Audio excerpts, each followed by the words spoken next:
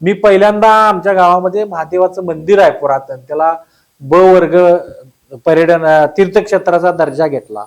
आमचं हरिपूरमध्ये 2 नद्यांचा संगम आहे, कृष्णे वारणेचा, त्याला सुद्धा पर्यटनाचा ब वर्गाचा दर्जा घेतला. आणि जास्त मोठ्या प्रमाणात त्या तीर्थक्षेत्राच्या आणि पर्यटन क्षेत्राच्या माध्यमातून गावामध्ये निधी उपलब्ध करून देऊन कोटी रुपयाची कामं मी गावामध्ये त्या 5 वर्षाच्या काळामध्ये मी केली.